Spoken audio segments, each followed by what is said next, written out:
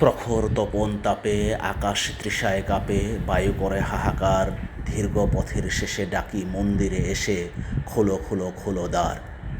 অথবা রজনী নিদ্রাহীন দীর্ঘ দগ্ধ দিন, আরাম নাহি যে জানে রে, দারুণ অগ্নি বানেরে।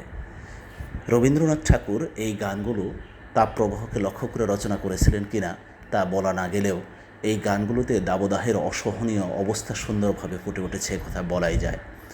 ঋতু পরিক্রমায় বাংলা বর্ষপঞ্জিকার প্রথম আবর্তন হচ্ছে গ্রীষ্মকাল।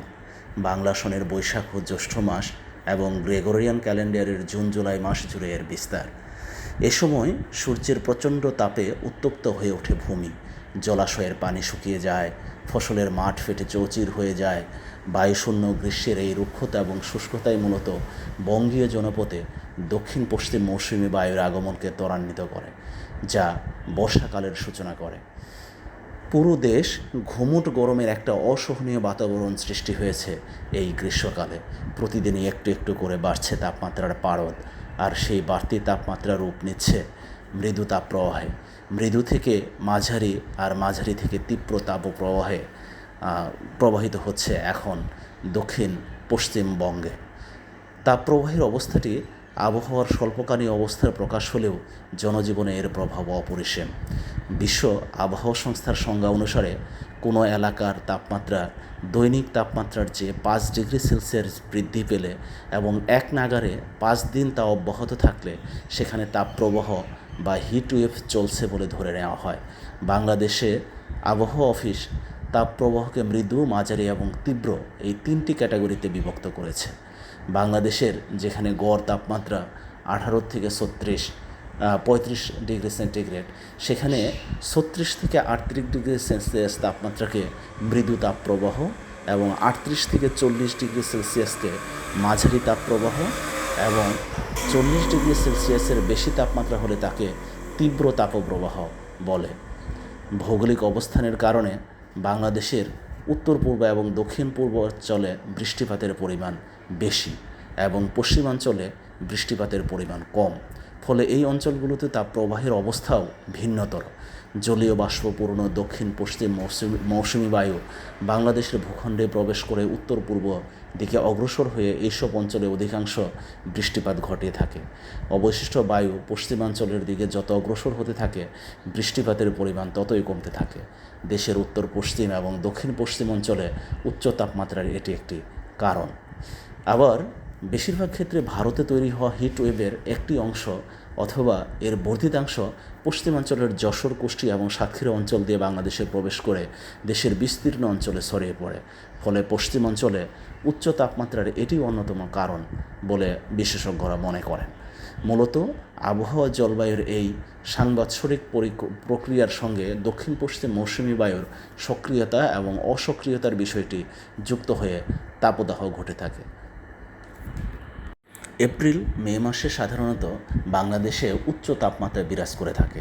তাপমাত্রার এই উচ্চাবস্থা অধিকাংশ ক্ষেত্রে রাজশাহী, যশোর, খুলনা, সাতক্ষীরা, চুয়াডাঙ্গা, রংপুর, বগুড়া, সৈয়দপুর, নীলফামারী এলাকায় দেখা যায়।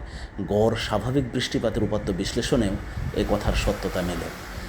বাংলাদেশের এই বিস্তীর্ণ এলাকাগুলো আসলে সমতল হওয়ার কারণে এবং পশ্চিমবঙ্গের একটা বিশাল এলাকা সমতল ভূমি হওয়ার কারণে পশ্চিমবঙ্গের যে হিটওয়েভগুলো, এই হিটওয়েভগুলো এই সব এলাকায়, বিস্তীর্ণ এলাকায় ছড়িয়ে পড়ে, যার কারণেও বাংলাদেশের এই হিটওয়েভ বা তাপপ্রবাহের পরিমাণ বৃদ্ধি পায়। বাংলাদেশে দেশ স্বাধীনের পর থেকে বিভিন্ন বিষয়গুলো বিশ্লেষণ করে দেখা যায় যে দেশের সর্বোচ্চ তাপমাত্রা ছিল 43 ডিগ্রি সেলসিয়াস 2009 সালে, 1995 সালে। 2009 সালে যশোরে 42.2 ডিগ্রি সেলসিয়াস, 2021 সালে 40.5 ডিগ্রি সেলসিয়াস সর্বোচ্চ তাপমাত্রা রেকর্ড করা হয়েছিল। যদিও এখন পর্যন্ত দেশের সর্বোচ্চ তাপমাত্রা রেকর্ড হয়েছে 45.1 ডিগ্রি সেলসিয়াস, যা 1972 সালে রাজশাহীতে রেকর্ড করা হয়েছিল। এই বছর 29 এপ্রিল 2024 যশোরে সর্বোচ্চ তাপমাত্রা রেকর্ড করা হয়েছে 43.8 ডিগ্রি সেন্টিগ্রেড। তাপমাত্রা ও বৃষ্টিপাতের উপাত্ত বিশ্লেষণ করে দেখা যাচ্ছে যে দাবদাহ বাংলাদেশের একটি নিয়মিত প্রাকৃতিক দুর্যোগে পরিণত হতে যাচ্ছে। বাংলাদেশের পশ্চিমাঞ্চলের সঙ্গে বাংলাদেশের নতুন নতুন এলাকা দাবদাহের আওতাভুক্ত হচ্ছে। অতীতে দেশের সিলেট ও রাঙ্গামাটিতে হিটওয়েভ দেখা যেত না, বর্তমানে এখানেও তাপদাহ হানা দিচ্ছে, যদিও তা পরিমাণে বা আবহের দিক থেকে কম। আমরা এখন জানব তাপপ্রবাহ বা এই দাবদাহ কী। আসলে আমরা দেখতে পাচ্ছি বেশ কয়েকদিন ধরে প্রচণ্ড গরমে আবহাওয়া বিরাজ করছে দেশ জুড়ে। অসহনীয় গরমে জনজীবন বিপর্যস্ত। শুধু যে গরম তাই নয়, কমে গেছে বাতাসের আর্দ্রতাও, ফলে চামড়ার জ্বলুনি বা ঠোঁট ফাটার মতো ঘটনা ঘটছে। তীব্র এই গরম আবহাওয়াকে বলা হয় দাবদাহ বা তাপপ্রবাহ। পৃথিবীর প্রায় সব অঞ্চলেই দাবদাহ হয় কম বেশি। আমাদের দেশেও গ্রীষ্মকালে দেখা যায় দাবদাহ। বিশাল এলাকা জুড়ে গরম হাওয়া আটকা পড়লে দেখা দেয় এই দাবদাহ। পৃথিবী জুড়ে প্রবাহিত হওয়ার বদলে যখন নির্দিষ্ট অঞ্চলে বাতাসের কিছু অংশ আটকা পড়ে, তখন সেই বায়ুর তাপমাত্রা বাড়তে থাকে ক্রমাগত। বলা বাহুল্য, এই তাপের উৎস হলো সূর্য। তো এই দাবদাহের প্রধান কারণ হলো উচ্চ চাপ। গ্রীষ্মকালে দিনের দৈর্ঘ্য সাধারণত বড় হয়। এইরকম দিনে ভূপৃষ্ঠে সূর্যের আলো পড়ে অনেকটা বেশি সময় ধরে। ভূপৃষ্ঠ এই তাপ প্রতিফলিত করে। জলাধার বেশি থাকলে এই তাপের কিছুটা শোষিত হয়। তবে ভূপৃষ্ঠে জলাধারের পরিমাণ কম থাকলে সেখান থেকে প্রচুর তাপ প্রতিফলিত হয় বায়ুমণ্ডলে। ফলে অতি দ্রুত বায়ুমণ্ডল উত্তপ্ত হয়। বিশাল এলাকা জুড়ে ভূপৃষ্ঠে বাতাস এমন হঠাৎ উত্তপ্ত হয়ে আশেপাশের এবং উপরের অপেক্ষাকৃত শীতল বায়ু একটা বদ্ধ ব্যবস্থা তৈরি করে। এই সিস্টেমের চাপের পরিমাণ অনেক বেশি থাকে। এটাকেই এই গরম আবহাওয়াকে, এই যে আটকা পড়া অতি অস্বাভাবিক গরম আবহাওয়া বিরাজ করলে সেটাকেই বলা হয় দাবদাহ। অঞ্চল ভেদে দাবদাহের তাপমাত্রা আলাদা হয়। যেমন কোনো অঞ্চলের স্বাভাবিক গড় এবং সর্বোচ্চ তাপমাত্রা যদি 20 ডিগ্রি সেলসিয়াস হয়, তাহলে সেখানে কয়েকদিন ধরে 30 ডিগ্রি সেলসিয়াস তাপমাত্রা বিরাজ করলে সেটাকেই দাবদাহ বলা হবে। কিন্তু যে অঞ্চলের স্বাভাবিক গড় বা সর্বোচ্চ তাপমাত্রা 30 ডিগ্রি সেলসিয়াস, সেখানে কিন্তু এটাকে দাবদাহ বলা যাবে না। মোট কথা, দাবদাহ হওয়ার কোনো নির্ধারিত তাপমাত্রা নেই। বাংলাদেশের গড় তাপমাত্রা যেখানে 26 ডিগ্রি সেন্টিগ্রেড, সেখানে তাপমাত্রার ব্যাপ্তিটা হলো 15 থেকে 34 ডিগ্রি সেলসিয়াস। তাই আমাদের দেশের ক্ষেত্রে কোনো অঞ্চলের তাপমাত্রা সর্বোচ্চ 36 ডিগ্রি সেলসিয়াস হলে সেটাকে মৃদু দাবদাহ বলে ধরা হয়। আমরা আগেই বলেছি যে 38 ডিগ্রি সেলসিয়াস পেরিয়ে গেলে সেটা মাঝারি দাবদাহ, আর তাপমাত্রা 40 ডিগ্রি সেলসিয়াস অতিক্রম করলে সেটাকে বলা হয় তীব্র দাবদাহ। ঢাকায় বর্তমানে তীব্র দাবদাহ চলছে। এই অতি তীব্র তাপপ্রবাহের বেশ কিছু কারণ রয়েছে। এর মধ্যে প্রধান হলো বৈশ্বিক উষ্ণায়ন। জীবাশ্ম জ্বালানি পোড়ানোর ফলে বায়ুমণ্ডলের গ্রিনহাউস গ্যাসের পরিমাণ বৃদ্ধি পাচ্ছে। এই গ্যাসগুলো সূর্যের তাপ বন্দী করে রাখে, যার ফলে পৃথিবীর তাপমাত্রা বৃদ্ধি পাচ্ছে। দ্বিতীয়টি হতো এল নিনো, প্রশান্ত মহাসাগরের একটি আবহাওয়াজনিত ঘটনা যা বিশ্বজুড়ে আবহাওয়ার পরিবর্তন ঘটায়। এটি বাংলাদেশের তাপমাত্রা বৃদ্ধির একটি অন্যতম কারণ হিসেবে কাজ করছে। তৃতীয়ত, বন উজাড় করে ফেলা। বন উজাড়ের ফলে বায়ুমণ্ডলে অক্সিজেনের পরিমাণ কমে যাচ্ছে এবং কার্বন ডাই অক্সাইডের পরিমাণ বৃদ্ধি পাচ্ছে। কার্বন ডাই অক্সাইড যেহেতু একটি গ্রিনহাউস গ্যাস, এর ফলে গ্রিনহাউস গ্যাসের কারণে তাপমাত্রাও বৃদ্ধি পাচ্ছে। চতুর্থত, বাংলাদেশের বৃহৎ শহরগুলিতে অপরিকল্পিত নগরায়ন হচ্ছে। যানবাহনের ধোঁয়া, কলকারখানার নির্গমন দূষিত বায়ু বৃদ্ধি করছে। এই দূষিত বায়ু তাপমাত্রা বৃদ্ধিতে আরও অবদান। নগরে ইট, পাথর, কংক্রিটের অবকাঠামো যত বেশি থাকবে, তাপমাত্রা স্বাভাবিকের চেয়ে তত বেশি অনুভূত হবে। কারণ কংক্রিটের অবকাঠামো যেমন দ্রুত তাপ শোষণ করে, তেমনি তাপ পরিত্যাগ করতেও বেশি সময় নিয়ে থাকে। বাংলাদেশের নগরগুলোতে দাবদাহের প্রভাব বেশি অনুভূত হওয়ার অন্যতম কারণ ইট পাথর কংক্রিটের বাংলাদেশের নগরায়নের উচ্চ হার এবং নগর জনসংখ্যা বৃদ্ধির হার সে কথাই স্মরণ করিয়ে দেয়। বাংলাদেশের মোট জনসংখ্যার 38.9% নগরে বসবাস করে, যেখানে 1972 সালে এই হার ছিল মোট জনসংখ্যার মাত্র 8.2%। 2011 সালে 2.5% থেকে 2021 সালে নগর জনসংখ্যার এই প্রবৃদ্ধি ঘটেছে 24.73%। নগরে তাপপ্রবাহ বেশি অনুভূত হওয়ার আরেকটি অন্যতম কারণ হলো শিল্প কারখানা ও যানবাহনের আধিক্য। শিল্প কারখানা ও যানবাহনের ব্যবহৃত জীবাশ্ম জ্বালানি থেকে অনবরত কার্বন নিঃসরণ হয়ে আমাদের বায়ুমণ্ডলে যুক্ত হচ্ছে, যা নগরের তাপমাত্রাকে স্বাভাবিকের তুলনায় আরও বাড়িয়ে তুলছে। সড়ক পরিবহন কর্তৃপক্ষ থেকে সংগৃহীত বিদ্যুৎ, জ্বালানি এবং খনিজ সম্পদ মন্ত্রণালয় সম্পর্কিত সংসদীয় কমিটির 7 জুলাই 2022 তথ্য থেকে জানা যায় যে দেশে বর্তমানে বিভিন্ন ধরনের 49,91,075টি যানবাহন রয়েছে। যদিও বিআরটি এর জুন 2022 তথ্য অনুসারে এই সংখ্যা আরও বেশি, 53,05,936টি। এই বিপুল সংখ্যক যানবাহনের প্রায় সবই জীবাশ্ম জ্বালানি নির্ভর এবং অধিকাংশই বড় নগরগুলিতে চলাচল করে। স্বাভাবিকভাবে নগরগুলিতে বাড়তি তাপমাত্রা যুক্ত হয়ে তাপমাত্রার প্রভাব বেশি অনুভূত হয়। এছাড়া নদী, পুকুর, জলাশয়গুলো ভরাট হয়ে যাওয়া এবং নাব্যতা হারানো দাবদাহের প্রভাব বেশি অনুভূত হওয়ার অন্যতম কারণ। আবার বনভূমির পরিমাণের উপরেও দাবদাহের প্রভাব অনেকটা নির্ভরশীল। বনভূমি একদিকে কার্বন শোষণ করে, অন্যদিকে প্রস্বেদনের মাধ্যমে বায়ুমণ্ডলকে সহনীয় তাপমাত্রায় রাখতে সাহায্য করে। তাই বনভূমির পরিমাণ যত হ্রাস পাবে, বায়ুমণ্ডল তত বেশি উত্তপ্ত হবে। কিন্তু দুঃখজনক হলেও সত্য যে বাংলাদেশের বনভূমির পরিমাণ হ্রাস পাওয়ার পরিমাণ আশঙ্কাজনক হারে বৃদ্ধি পাচ্ছে। পরিবেশ ও বন মন্ত্রণালয়ের তথ্য অনুযায়ী বাংলাদেশে বনভূমির মোট ভূখণ্ডের 15.58%। যদিও FAO প্রকাশিত স্টেট অফ গ্লোবাল ফরেস্ট 2018 অনুসারে দেশের বনভূমির পরিমাণ মোট ভূখণ্ডের মাত্র 13.5%। বিশেষজ্ঞদের মতে তাপপ্রবাহ জলবায়ু পরিবর্তনের একটি অনুষঙ্গ হিসেবে বর্তমানে ইউরোপের উত্তর পশ্চিমাঞ্চল এবং বাংলাদেশকে বিপর্যস্ত করেছে, যার ফলে দাবানল, ফসলের উৎপাদনজনিত সমস্যা এবং নানা ধরনের জনস্বাস্থ্যজনিত সংকটে মানবজাতি হাবুডুবু খাচ্ছে।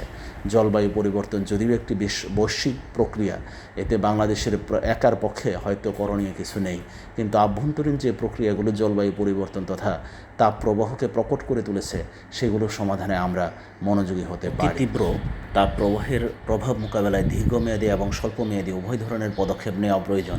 যেমন বৈশ্বিক উষ্ণায়ন মোকাবেলায় জীবাশ্ম জ্বালানির ব্যবহার কমিয়ে নবায়নযোগ্য জ্বালানির ব্যবহার বৃদ্ধি করা যেতে পারে। বৃক্ষরোপণ বৃদ্ধি করে বায়ুমণ্ডল থেকে কার্বন ডাই অক্সাইড শোষণ করা সম্ভব।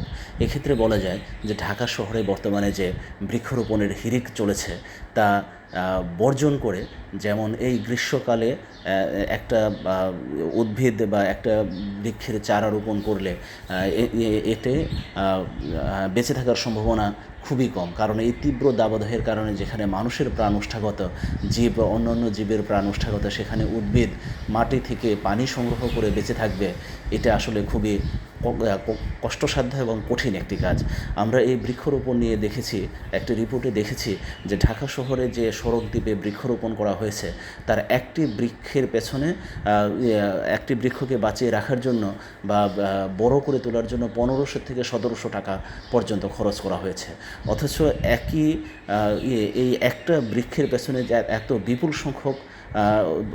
বিপুল পরিমাণ টাকা খরচ না করে যে আমরা যদি একটা বৃক্ষ বেষ্টনী তৈরি করতে পারি ঢাকার চারপাশে, বা ঢাকার যে খোলা জায়গা আছে সেই জায়গাগুলিতে যদি বৃক্ষরোপণ করতে পারি, বেশি থেকে বেশি বৃক্ষরোপণ করতে পারি, সড়ক দ্বীপেও বৃক্ষরোপণ করা যাবে, কিন্তু সড়ক দ্বীপ ছাড়াও যে অন্যান্য খালি জায়গাগুলো রয়েছে সেই সব জায়গায় যদি আমরা সঠিকভাবে সঠিক সময়ে বৃক্ষরোপণ করতে পারি, তাহলে মনে হয় যে এই কার্বন ডাই অক্সাইড শোষণ এবং অক্সিজেনের যোগান এবং তাপ শোষণের মাধ্যমে বৃক্ষ যে পরিবেশ রক্ষায় বিশাল অবদান রাখতে পারে, সেটা সম্ভব হবে। তো এখানে একটি বিষয় পরিধানযোগ্য, যেটি হচ্ছে যে ঢাকা শহরে যে মুক্ত স্থান বা মুক্ত এলাকার পরিমাণ আরও বৃদ্ধি করতে হবে। যে একটি নগরে সাধারণত কমপক্ষে 25% এলাকা বা 25% এলাকা মুক্ত এলাকা হিসেবে থাকে বা এই পরিবেশ রক্ষায় বৃক্ষ আচ্ছাদিত অবস্থায় থাকা প্রয়োজন। সেই তুলনায় কিন্তু ঢাকা মহানগরীতে এই পরিমাণটা অনেক কম। সুতরাং আমরা ঢাকা শহরে নগরায়নের যে প্ল্যানার যারা আছেন তাদেরকে আমি অনুরোধ করব যে তারা বিল্ডিং প্ল্যান করার আগে অবশ্যই বিল্ডিংয়ের যে মুক্ত স্থান বা ফাঁকা জায়গা যেটা হবে সেখানে গাছ লাগানোর বা বৃক্ষ রোপণের একটি ব্যবস্থা রাখা, এবং আমাদের যে ছাদ রয়েছে যে এই ছাদগুলোতে ছাদ বাগান করার জন্য একটা বিশেষ ব্যবস্থা গ্রহণ করা যেতে পারে। তো একইভাবে পানি সম্পদের সঠিক ব্যবহার এবং অপচয় রোধ করে পানি সংকট মোকাবেলা করা যেতে পারে। যে ঢাকা শহরে আগে যে আমরা একটা রিপোর্টে দেখেছিলাম যে 1982 সালে ঢাকা শহরে 24 বর্গ কিলোমিটার সমআয়তনের জলাধার এবং 10 বর্গ কিলোমিটার সমআয়তনের সবুজ কমে গেছে ঢাকা শহর থেকে। তাপপ্রবাহ বৃদ্ধির কারণ এবং বাংলাদেশের বড় শহরগুলিতে তাপপ্রবাহের বিপন্নতা একটি মূল্যায়ন শীর্ষক যৌথ গবেষণায় দেশের বড় শহরগুলোর তাপপ্রবাহ বৃদ্ধির 2টি কারণ চিহ্নিত করা হয়েছে। 1. দ্রুত নগরায়ন এবং ভৌত অবকাঠামো নির্মাণ। 2. ভৌগোলিক অবস্থান এবং আবহাওয়াগত পরিবর্তন।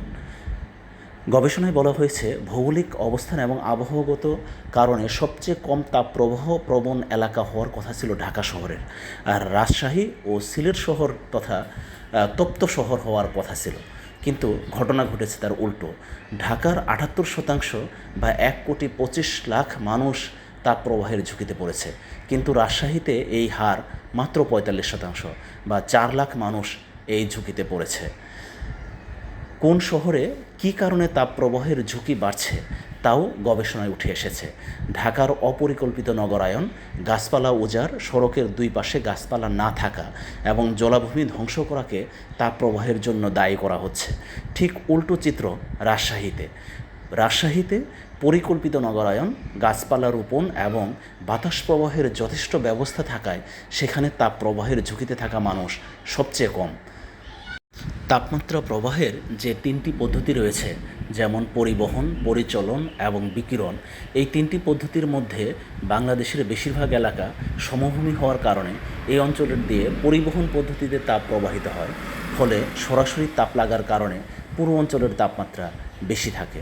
যেমন বরিশালে প্রচুর নদ নদী, খালবিল, পুকুর থাকার কারণে অনবরত বাষ্পায়ন হয়। তাই বরিশাল বিভাগের জেলাগুলোর সর্বোচ্চ তাপমাত্রা 36.4 ডিগ্রি সেলসিয়াস থেকে 37.5 ডিগ্রি সেলসিয়াস, অর্থাৎ এই অঞ্চলের চেয়ে তাপমাত্রা অনেকটাই কম। কিন্তু বরিশালের তাপমাত্রা যশোর চুয়াডাঙ্গার চেয়ে একটু কম হলেও গরম অনুভূতি কিন্তু খুবই বেশি, কারণ উপকূলীয় এলাকায় তাপমাত্রা এমনিতেই 36 থেকে 38 ডিগ্রির বেশি ওঠে না, কিন্তু তাপমাত্রা কম থাকলেও গরমে সেখানে নাভিশ্বাস উঠে যায়।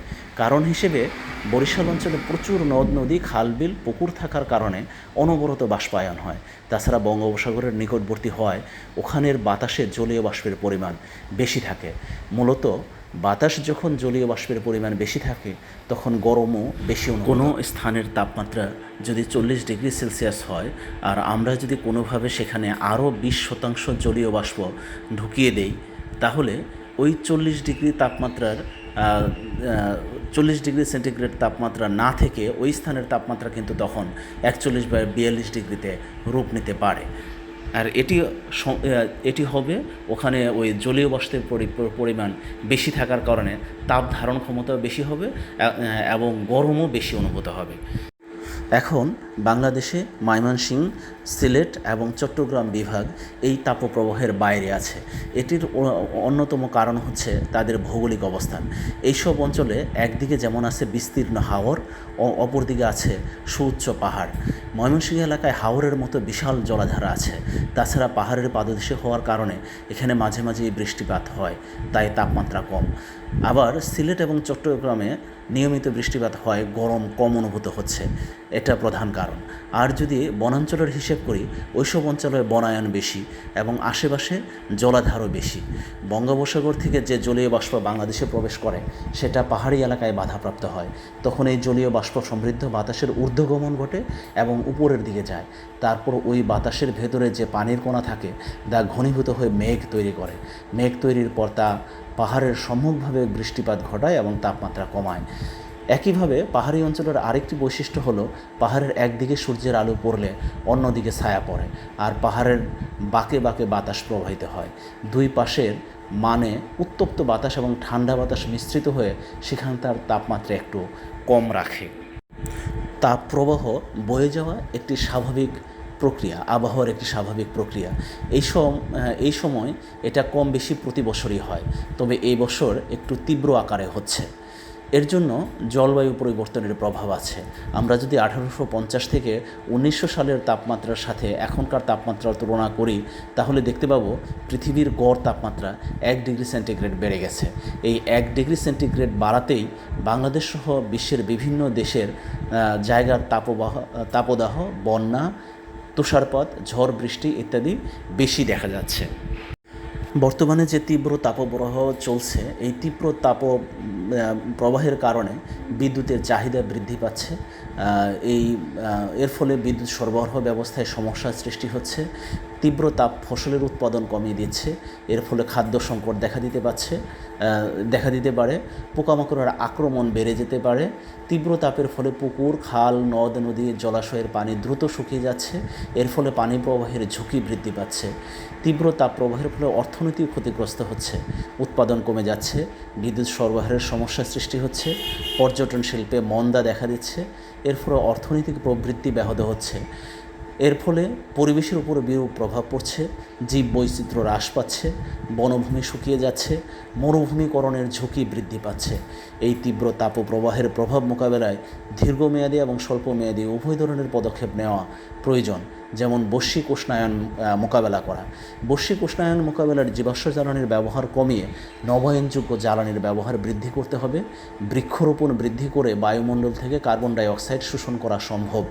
পানি সম্পদের সঠিক ব্যবহার ও অপচয় রোধ করে পানি সংকট মোকাবেলা করতে হবে। নগরায়ন পরিকল্পিতভাবে করতে হবে যাতে বায়ু দূষণ নিয়ন্ত্রণ করা সম্ভব হয়। মানুষকে তীব্র তাপপ্রবাহের ঝুঁকি সম্পর্কে সচেতন করতে হবে এবং তাদের সাবধানতার পদক্ষেপ গ্রহণের উৎসাহিত করতে হবে। নগরায়ন প্রক্রিয়ার মধ্যে সবুজের পরিমাণ 25 থেকে 30 ভাগ নিশ্চিত করতে হবে। ভবনগুলির চারদিকে স্পেস বা খালি জায়গা রাখতে হবে। এলাকা ভিত্তিক পুকুর এবং জলাশয় রাখতে পারলে তাপমাত্রা সহনীয় মাত্রায় নামিয়ে আনা সম্ভব হবে, এতে মনে করেন আমাদের বিশেষজ্ঞগণ। সম্প্রতি রাজ্য একটি নীতি প্রণয়ন করেছে যেখানে প্লটের আকার ভিত্তিক গাছের পরিমাণ নির্ধারণ করে দেওয়া হয়েছে। এটি খুবই কার্যকরী একটা উদ্যোগ। যদি এটি কার্যকর করা যায় তাহলে খুবই ভালো হবে। যত বেশি সবুজায়ন হবে ততই তাপমাত্রা সহনীয় হবে। জলাধার থাকতেই হবে। পাশাপাশি 2টি ভবনের মধ্যকার দূরত্ব এবং প্রতিটি ভবনের পরিবেশ বান্ধব ডিজাইন নিশ্চিত করতে হবে। একই সঙ্গে তাপমাত্রা নিয়ন্ত্রণ করতে হলে শীতাতপ যন্ত্র ব্যবহার হতে হবে নিয়ন্ত্রিত।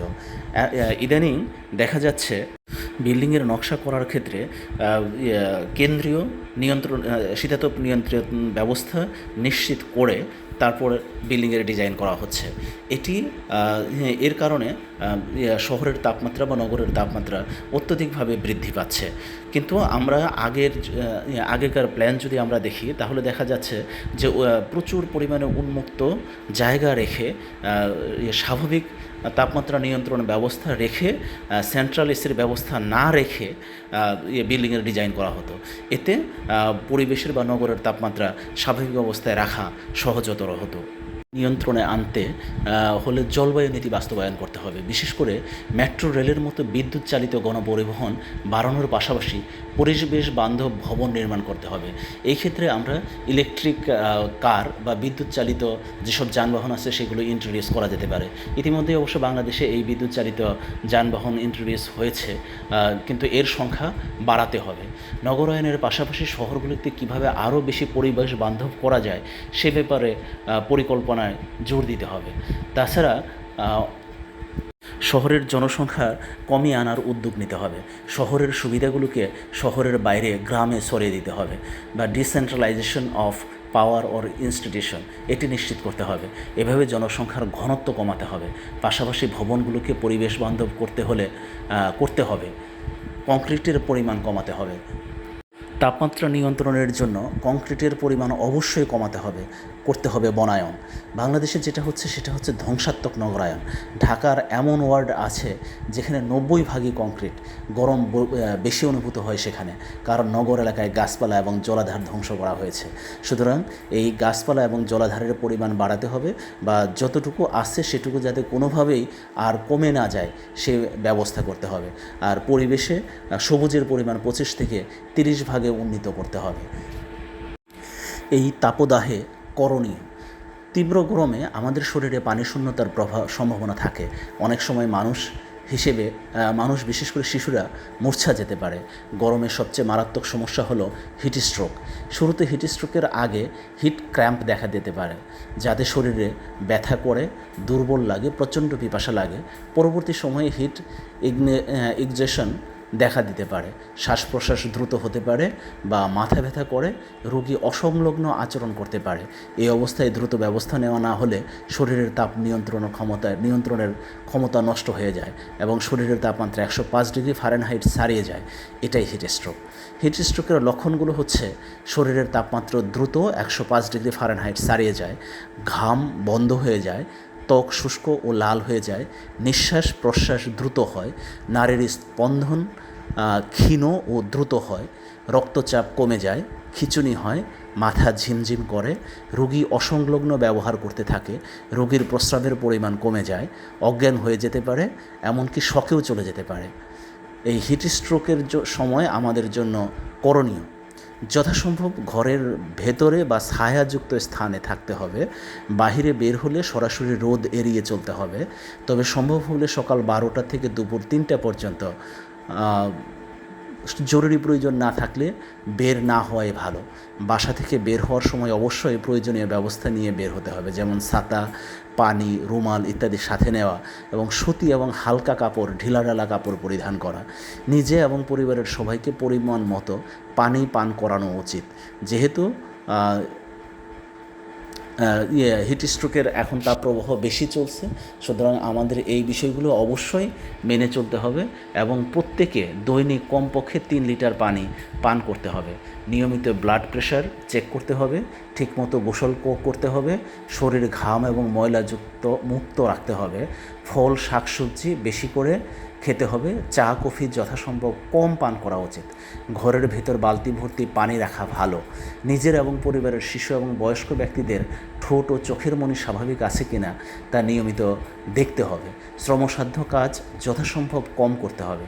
এই ক্ষেত্রে কিছুক্ষণ পর পর বিশ্রাম নিতে হবে। প্রচুর পানি এবং স্যালাইন পান করতে হবে।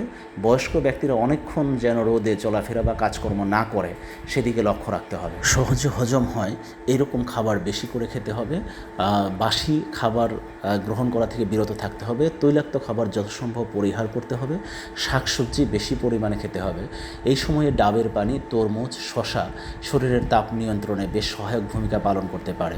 অন্যদিকে গরুর মাংস, গ্রিন টি, ওটস, কফি ইত্যাদি পরিহার করা উত্তম। শিশু ও বয়স্কদের পক্ষে যথাসম্ভব কায়িক শ্রম এড়িয়ে চলতে হবে। অসুস্থ বোধ করলে ঘরে ফ্যানের নিচে বা সুযোগ থাকলে এয়ার কন্ডিশনে থাকার চেষ্টা করতে হবে। বেশি খারাপ বোধ করলে হাসপাতালে যেতে হবে। যদিও দাবদাহ বা এই তাপপ্রবাহ একটি বৈশ্বিক জলবায়ুর একটি বিষয়, তবুও স্থানীয়ভাবে আমরা পরিকল্পিত নগরায়ন, সবুজ আচ্ছাদিত নগরায়ন, আমাদের জীবাশ্ম জ্বালানির ব্যবহার কমানো এবং ইট বা পাকা দালানের পরিমাণ কমানো, শহরের যে পাকা দালান বা পাকা সিমেন্টের পরিমাণ বা রাস্তার পরিমাণ এইটাতে একটা সীমিত পর্যায়ে নিয়ে আসা, নগরে জলাধারগুলোর সুষ্ঠু ব্যবস্থাপনা বা বর্তমানে যতটুকু অবশিষ্ট আছে সেটুকু যাতে আর না কমে যায় সেই ব্যবস্থা করা, এবং বেশি বেশি বৃক্ষরোপণের মাধ্যমে আমরা এই তাপপ্রবাহ বা দাবদাহকে স্থানীয়ভাবেও নিয়ন্ত্রণ করতে পারি। একই সাথে আমাদের জীবাশ্ম জ্বালানির ব্যবহার কমিয়ে এবং ইলেকট্রিক যে যানবাহন আছে যেমন মেট্রো রেল বা এরকম ইলেকট্রিক যানবাহনের ব্যবহার বাড়ানো যেতে পারে। এই দেশটি আমার আপনার সবার সকলের, সুতরাং এই দেশটিকে বাসযোগ্য করে রাখার জন্য আমাদের প্রত্যেকেরই আমাদের স্ব অবস্থান থেকে ভূমিকা রাখা প্রয়োজন। ধন্যবাদ সবাইকে।